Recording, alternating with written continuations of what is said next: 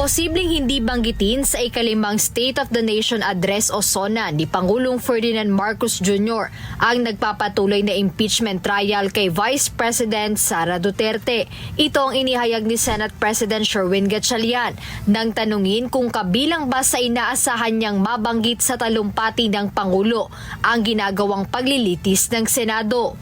Well, ang impeachment is purely the function of the Senate. So, hindi ko ini-expect na pag-uusapan ni Presidente yan sa kanyang SONA kasi constitutional responsibility yan ng Senado ngayon.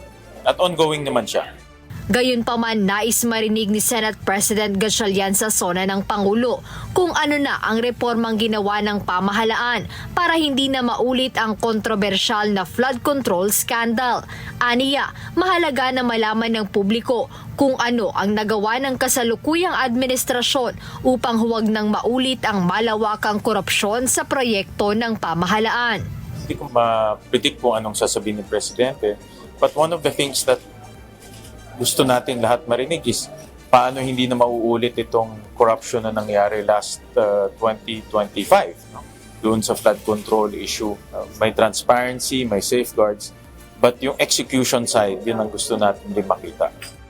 Samantala, para kay Senior Deputy Majority Leader Senator Joseph Victor J.V. Ejercito, wala nang panahon para sa paligoy-ligoy. Kaya sana hindi puro pangako ang laman ng SONA ng Pangulo dahil aniya, sawa na ang taong bayan sa mga pangakong madalas na papako. Paliwanag ng Senador, nawawala na ng tiwala ang publiko sa infrastructure projects na sana'y nagtutulak sa paglago ng ekonomiya ng bansa. Binigyang diin ni Senator Ejercito na ang dapat ay panagutin at dalhin sa kulungan ang lahat ng nagwaldas at nagbulsa ng pondong inilaan para sa flood control. Para naman kay Deputy Majority Leader Senator Joel Villanueva, ang SONA ngayong taon ay dapat sumagot sa mga tanong pinakamahalaga sa mga ordinaryong Pilipino, gaya ng nasaan ang mga trabaho, paano natutugunan ang kahirapan, paano bibigyan ang mga kabataan ng mas magandang kinabukasan sa pamamagitan ng edukasyon at iba pa. Tiwala naman si Senator Lito Lapid na ilalatag ng Pangulo ang mga aksyon ng gobyerno na mapabuti ang buhay ng bawat Pilipino.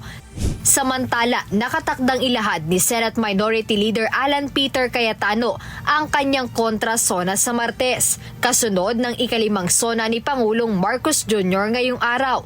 Ang kontra SONA ay isang tradisyon sa Senado kung saan bibigyan ng pagkakataon ang minority senators na magbigay ng reaksyon at tumugon sa mga pahayag ng Pangulo tungkol sa kasalukuyang estado ng bansa. Sa isang Facebook Live nitong Biyernes ng hapon, nanawagan si Senator Cayetano sa kanyang followers sa social media na ibahagi ang mga paksang nais nilang talakayin sa kanyang kontra SONA. Turn naman po ng opposition mag-kontra SONAs. I'll try to have a short vlog para kung anong gusto nyo isama sa kontra SONA. But give me your honest assessment. Don't look at the messenger, look at the message. So don't look at President, if we look at President Marcos, yung mga yung mga Marcos na rin or Marcos pa rin, magiging positive, yung mga ayaw sa kanya negative. Let's look at his message and saan nag-agree at saan hindi nag-agree. Jed Neresina, humahataw sa balita ngayon.